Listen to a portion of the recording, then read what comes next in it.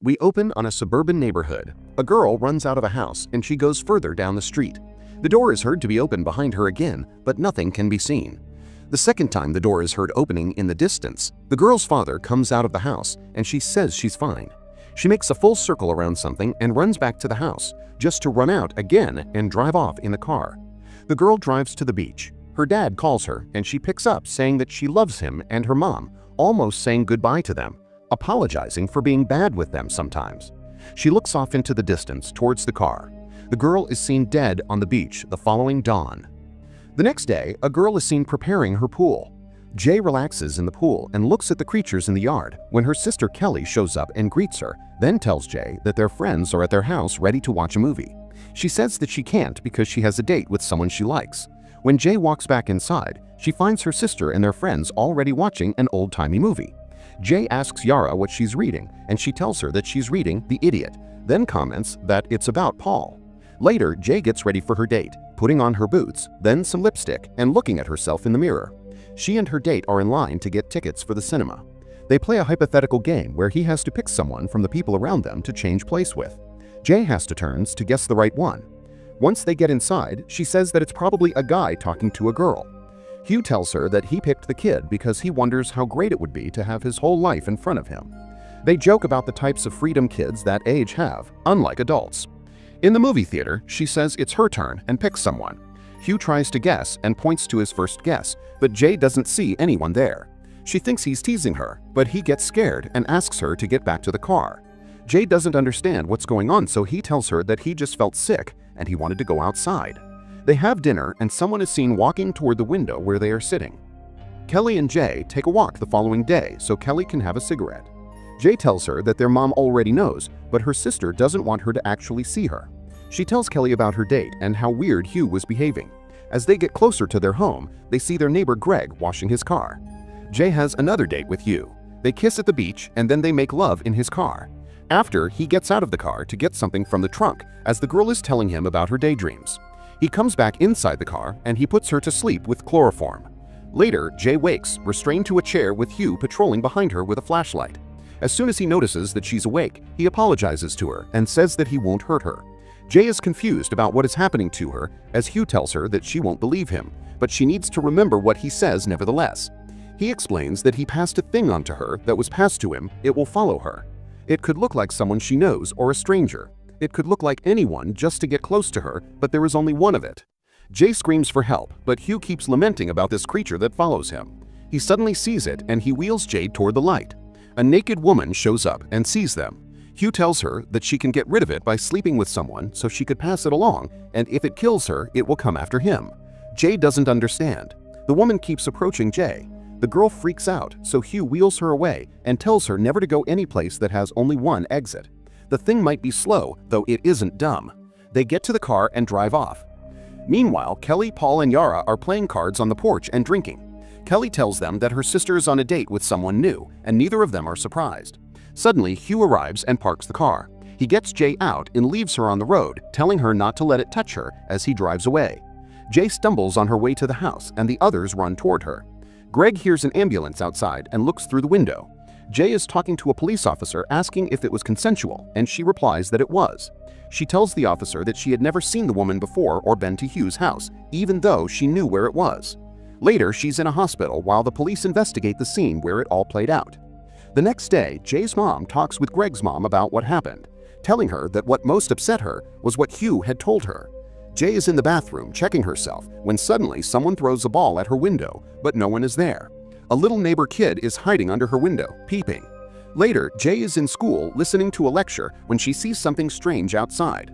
An old woman in a nightgown is approaching the window and no one seems to notice her. Greg can tell that the girl is upset as he watches her leave the classroom. Jay walks through the hallway and sees the old woman following her, then says hello to her. But the girl behind the woman greets her back. She runs out of the school and drives to a diner where Kelly and Paul work. Jay tells them about the old woman and what Hugh had told her about something that will follow her. Paul asks her what exactly is supposed to be following her, but she doesn't know. Kelly thinks that she should tell her mom about what happened in school. Paul suggests that he should stay over at their place that night so he could make sure Jay is safe, an idea that Kelly dislikes, but Jay thinks it might help. The girls get ready for bed, along with Yara. Paul is watching old sci-fi movies on TV in the living room. Yara sleeps in Kelly's room and their mom is passed out in her bedroom. Jay comes downstairs because she can't sleep, and Paul tells her to sleep next to him on the couch. He says that he likes spending time with her again because they haven't done that since they were kids. They reminisce about their childhood doing stupid things. Suddenly, a window breaks in the kitchen, and Paul gets up to see what it is. He comes back and says that there's no one there, then goes to wake Kelly up to call the police. Jay goes over to see if there is anyone there. As she walks inside the kitchen, she sees a half-naked woman coming toward her. Jay screams and runs to her bedroom and locks herself inside. Kelly and Paul knock on the door and she tells them that she saw it in the house. They beg her to open the door because they see nothing out there. The two of them come in and she begins to freak out, asking if there's something wrong with her. Kelly comforts her by telling her that she's okay. Suddenly, there's another knock on the door and they think it's her mom. Paul grabs a broom and they go to open the door with Yara telling them that it's just her. They tell them that everything is fine, but a man shows up behind Yara and enters the room with her as Jay escapes through the balcony. Greg is with a girl in his driveway and he sees Jay escape on her bike. Paul follows her out. She arrives at a playground and sits at a swing waiting for it to follow her there too. As she swings, she sees something in the distance, then realizes that it's her sister and friends. They run to each other and meet halfway. The three of them are really worried about her and all of them are scared. Jay begs Kelly not to tell her mom. Suddenly, Greg shows up at the playground and Jay asks the rest if they can see him. Fortunately, they do. He asks them if everything is all right and they tell him that someone broke into the house but that they won't call the police. Jay doesn't want to go back. She wants to find Hugh.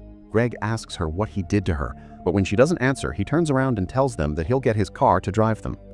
The five of them ride around the city, not stopping for a beat, and watching the urban decay creep onto the facades and the streets as the mysterious force comes ever closer, following Jay and trying to get to her. They finally arrive at an abandoned home that Hugh told Jay was his, and they go inside to look for clues on where to find him. The place is an absolute ruin of a house as they discover slowly covering its every inch. Paul finds a bed in the attic and flips through some dirty magazines when Jay walks into the room and looks out the window. She sees someone outside and gets scared, but Paul calls her over when he finds a picture of Hugh and diverts her attention. They recognize the marking on the school jacket the girl in the photo is wearing and think that that's where they should look for him next. Later, Jay and Greg walk into the school to get the information they need. They find out who Hugh really is, then come back to the car where the rest are waiting for them. His real name is Jeff. Kelly asks if they should tell the police, but Jay wants to confront him, so Greg drives them to his house. When they arrive, Jay knocks on the door and his mother opens it. She tells her that Jeff is home and invites them all inside. Later, as they sit in his backyard, Jeff explains that he can still see it because it still isn't done with him. If or when it kills Jay, it will come for him again. Jeff expected Jay to pass it on to someone else by now. He tells her that she should run somewhere far away and, because the creature is very slow, buy herself some time to think if she wants to give it to someone else. That night, they drive somewhere north. Kelly and Greg are the only ones not sleeping, and she asks him if his mom will be scared that he's left. He replies that she won't even know. Greg tells them that he's taking them to a place where his father used to take him hunting. Jay wakes up and Kelly asks her if she has thought about what Jeff told her to do. The kids arrive at the beach house the next day and instantly get cozy. Jay puts cans on the windows so she can hear if someone comes in. The following morning, Greg goes into the shed and finds his dad's gun. He teaches Jay how to shoot it. Later, they're sitting on the beach. Greg goes to take a leak and someone is seen coming towards them. Yara is in the water, and yet she is seen approaching the group from the beach. No one sees her until she pulls on Jay's hair. She begs them to help her, and Paul hits the thing with a chair. They all run toward the shed and the creature keeps walking after them. Paul got hurt by it. Jay takes the gun and begins to shoot at it and hits it, but it just comes back up, so she closes the door. It tries to open the door, then breaks a piece of it. Greg shows up at the opening and tells them that there is nothing out there, but Jay says that there is. He runs off, so Jay goes to check if he's okay when the creature appears at the opening, transformed into a boy. Jay runs away from the shed and it follows as a different girl. She gets in the car and drives away from it, leaving the others behind as well. Suddenly, a truck pulls up in front of her and she crashes the car. Jay wakes up in the hospital and sees her mom and friends sleeping in her room. Her arm is broken and her head is injured. She hears someone in the hallway and gets scared that it might be it. The nurse passes by the room and doesn't stop. Greg wakes up and they look at each other. That night, he stays with her in the hospital and they sleep together, so she passes it on to him. Sometime later, Greg is seen with another girl, suggesting that he passed it on to her. Paul is jealous of Greg for spending time with Jay as he's looking at them talking in her hospital room. Greg tells Jay that he hasn't seen it yet. She asks him if he believes her, and he says that he does, but that it just isn't following him too. A few more days later, Jay is in her above-ground pool and feels like something is there. Greg comes over to her house and finds her sister and friends at the door. He asks to go see her, but Kelly says that Jay isn't even opening the door to her room. They ask if he's seen anything, but when they notice that he still doesn't believe it, they ask him what he thinks happened that day at the beach. Greg leaves without answering their question. One night, Jay is in her room watching over Greg's house. She suddenly sees him walking down the street in his pajamas. He tries to open the door to his house, but because he can't do it, he breaks the window. Jay calls him as the creature enters his house through the window it broke. She runs over to his house and gets inside through the window as well. Jay hears knocking on Greg's door, goes up the stairs and sees his mom there. She yells after him not to open the door, but when he does, the creature attacks him and kills him. Jay gets in her car, and as she drives away, the creature follows her as Greg. She goes to the woods to hide and falls asleep in her car. Jay wakes up the next day and hears music in the distance. She follows the music and gets to the beach, where she sees a few guys on a boat. She takes her clothes off and gets in the water. She arrives home, discovering that Kelly and Yara are waiting for her on the porch. The girls all fall asleep in her room, and the next day they are woken up by a knock at the door. Jay opens the door for Paul, and when he sits down, she tells him that it will come for her sooner or later. He tells her to pass it on like before and offers himself. She says no, so he confesses that he liked her too. Paul asks her why she picked Greg, and she replies that she thought he'd be okay because he wasn't scared. He tries to kiss her, saying that he wants to help, but she just turns away. Suddenly, Paul gets an idea about how they could get rid of the creature. The four friends get into a car and drive toward a pool they used to go to when they were kids. As they pull out of the driveway, Jay sees the creature on the roof of her house. The group of kids get to the city pool and jump the fence. They walk inside and get to the water. Paul asks Jay how long will the creature get there. She guesses that it might take hours. The kids begin to set up their plan to electrocute the creature in the pool by setting up all kinds of electric appliances next to the water. Jay gets into the pool and they wait for the creature. She dives inside and remains swimming around in the water. They wait for a long time for it to come. Suddenly, it appears in the room, but only Jay can see it. She doesn't want to tell the rest what it looks like. Paul tells her to point at it so they can know where it is. Jay tells them that it's moving toward her and that she wants to get out, but Paul says that she just needs to wait for it to get in. The thing begins throwing the appliances at her, but she fortunately doesn't get electrocuted. They're glad that their plan didn't work. The thing just keeps throwing things at Jay until she goes under the water. Paul goes to get the gun as Jay struggles to dodge it. She points at it for Paul to know where to aim, but she tells him not to get too close because it's right beside him. Paul shoots at it but hurts Yara instead. Jay points again and Paul shoots at his hand. Kelly grabs a towel and throws it over its head. Paul shoots it in the head and it falls in the water. Before Jay can come out of the pool, it grabs onto her. Paul keeps shooting until he shoots it in the head again. Jay gets out of the water with finger marks on her ankle. He tells her to check if it's still down there. She crawls over to the pool and sees the water turning red with blood, but no dead body. Later that night, Jay and Paul sleep together. He asks her if she feels any different. She says that she doesn't and asks him the same question. Paul also says no.